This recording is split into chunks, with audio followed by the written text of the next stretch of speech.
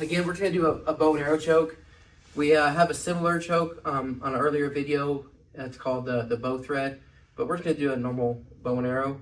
And there's just some modifications that I like to do, and I think everyone has their own way of doing it. So I'm just going to show you my way. Some people do it differently. So here we go. We're already here, this position, and I do like to get my foot over for a bow and arrow choke. So let's just say, however you get over, you grip, whatever, you get your foot over. Cool.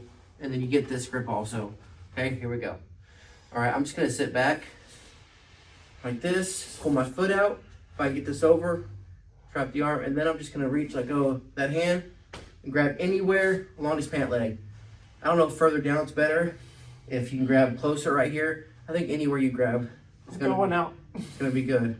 So here we go. I like to have both feet right here. I'm starting to pass out. This. And then we're just gonna pull back right here. If you want to grab down here and pull, you can. But I think anywhere on the pant leg is good. So let's do it one more time.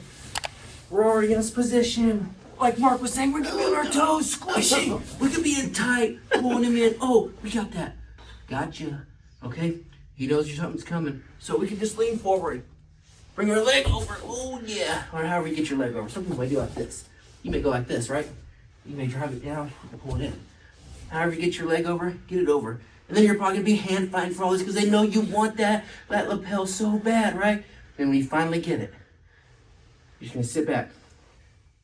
Your right knee, if you pull it under the head, that's fine. I had it right here behind his shoulder blade, his right shoulder blade. Because when I sit back, I'm pulling Mark onto me, sliding it out and over. There we go. Now, I wonder if you can armbar from right here. You can throw your leg over. There you go, you can armbar. You throw that leg over the head. We're not gonna throw the leg over. You know what we're gonna do? We're gonna put his arm back here like this. Yeah, that's what we're gonna do. Okay? Let me tell you why I don't like to throw the leg over.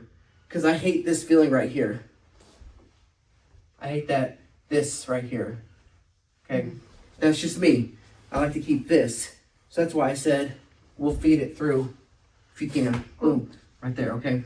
Alright, so back to this. Grab anywhere. I think you can. And then you can finish from there. Remember, this arm's free. And they're gonna be trying to do something.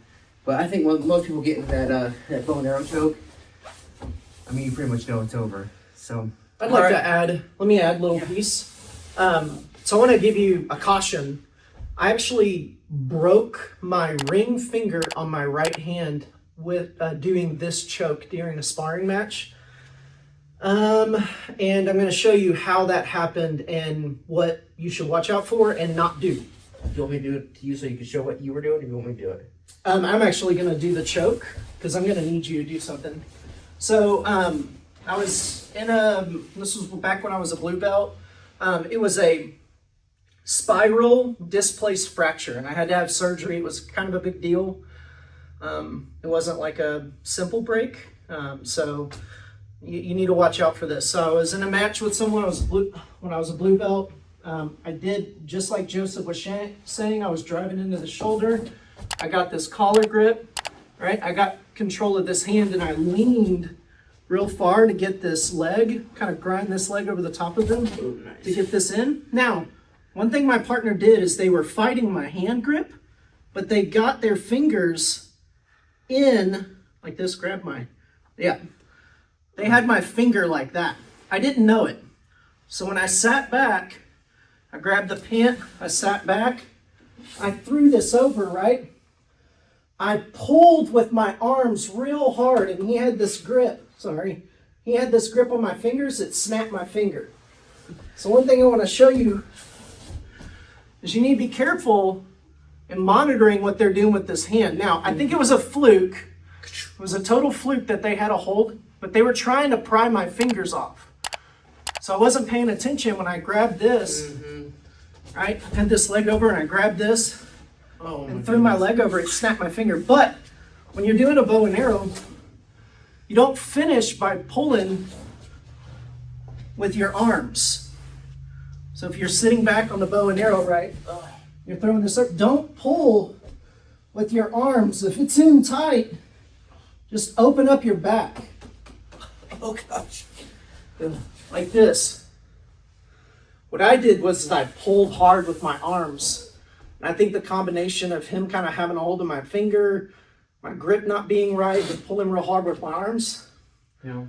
it snapped my finger. Hey, don't be afraid to tell people not to grab fingers. Yeah, definitely. You need to tell people, because I've had to tell people like, hey dude, we're friends. You don't need to pull my fingers. So yeah, on the street, pull someone's fingers. But in your gym with your friends, don't grab people's fingers, dude. Because your fingers are kind of exposed there if you're rolling that collar out. And so I think he was just trying to get my hand off, and he was just peeling. And I was so focused on doing the submission that even when I locked it in and threw my leg over, I pulled real hard with my arms. And yeah, it was a big, sad day. Yes, it was. It was a sad walk. All right, have fun. Make it your own.